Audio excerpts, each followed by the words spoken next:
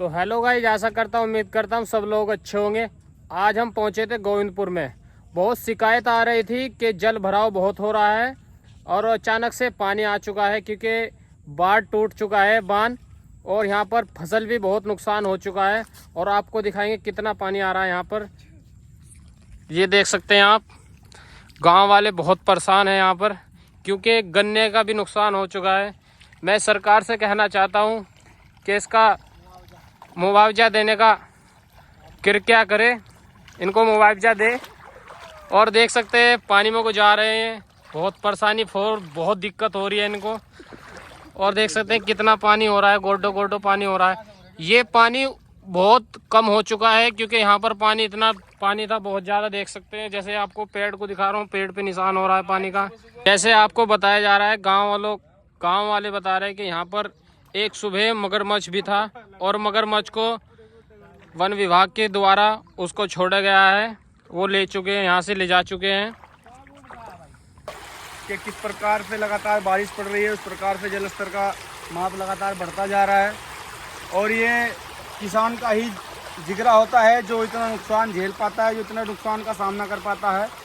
और आज की सत्ता सरकार के लोग किसान, नौजवान व रोजगार के बारे में बात नहीं करते। अगर रोजगार की बात करें तो रोजगार तो कहीं है ही नहीं।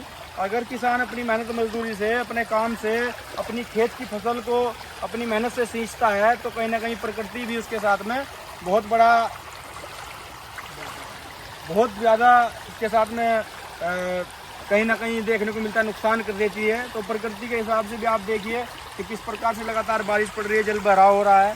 और आप देखिए कि कितना भारी नुकसान किसान क्षेत्र के किसानों को है। आप लोग फिलहाल देख रहे हैं ग्राम गोविंदपुर के क्षेत्र का जंगल, जिसमें आज 24 घंटे लगातार बारिश होने के कारण बहुत ज़्यादा जल भराव हो चुका है। जल भराव कहीं ना कहीं बारिश की वजह से है। पिछला जो गांव के क्षेत्र है जहां से ये पानी आ रहा है, उस पानी को कहीं ना कहीं कुछ उद्योगपतियों के द्वारा इस साइड में को निकाला जा रहा है, क्योंकि उन लोगों ने अपनी अच्छी अच्छी कॉलोनियाँ बनाई हुई हैं। उन कॉलोनियों की वजह से आज इस क्षेत्र की फसल नष्ट हो रही है। अगर फसल नष्ट होगी तो कहीं ना कहीं इस देश का नौजवान तबका या इस देश का आम जनता क्या खाएगी, इसका आप सोचकर आप अनुमान लगा सकते हैं कि किस प्रकार से अगर किसान ही नहीं रह गए, किसान की फसल ही नहीं रहेगी तो क्या इस देश की जनता खाएगी, क्या इस देश का होगा। इस देश के सबसे बड़ी विडंबना की बात यही है कि क्षेत्र में किसी भी प्रकार की कोई हानि हो जाती है, क्षेत्र में किसी भी प्रकार का कोई नुकसान हो जाता है, कोई भी सत्ता सरकार में बैठे लोग किसी भी प्रकार से कोई मदद करने वाले नहीं है। सरकार भत्ते के नाम पर 2000 रुपये देती है, सरकार भत्ते के नाम पर 2000 रुपये देती है, पर 2000 रुपये से या किसान अपना पेट पाले या किसान अपनी खेती को चलाए, सोचने का विषय है। तो इन सत्ता सरकार में बैठे लोगों को सोचना चाहिए कि आज इतनी, तो साथियों ये बहुत सोचने का विषय है। आज जिस प्रकार से क्षेत्र का किसानों का नुकसान है, मुझे बहुत दुख है और इस दुख की घड़ी में मैं किसानों के साथ हूँ। साथियों ये देखना चाहिए कि आप देख सकते हैं कि कितना अभी पानी की जो लय है वो कितनी स्पीड से है। आपको देख सकते हैं कि किसान के खेत यानी कि धान की फसल को बहुत ज़्यादा नुकसान है। आप देख सकते हैं कितना नुकसान इस धान की फसल को देखने को पड़ रहा है, गन्ने की फसल को देखने को पड़ रहा है। किसान को बहुत ज़्यादा नुकसान है और इस नुकसान की कोई भरपाई नहीं कर पाएगा। पर इतना ज़रूर कह देता हूँ कि अगर इस नुकसान की भरपाई नहीं हो सकती तो कहीं ना कहीं किसान को किसान के मुँह मांगा रेट भी मिलना चाहिए।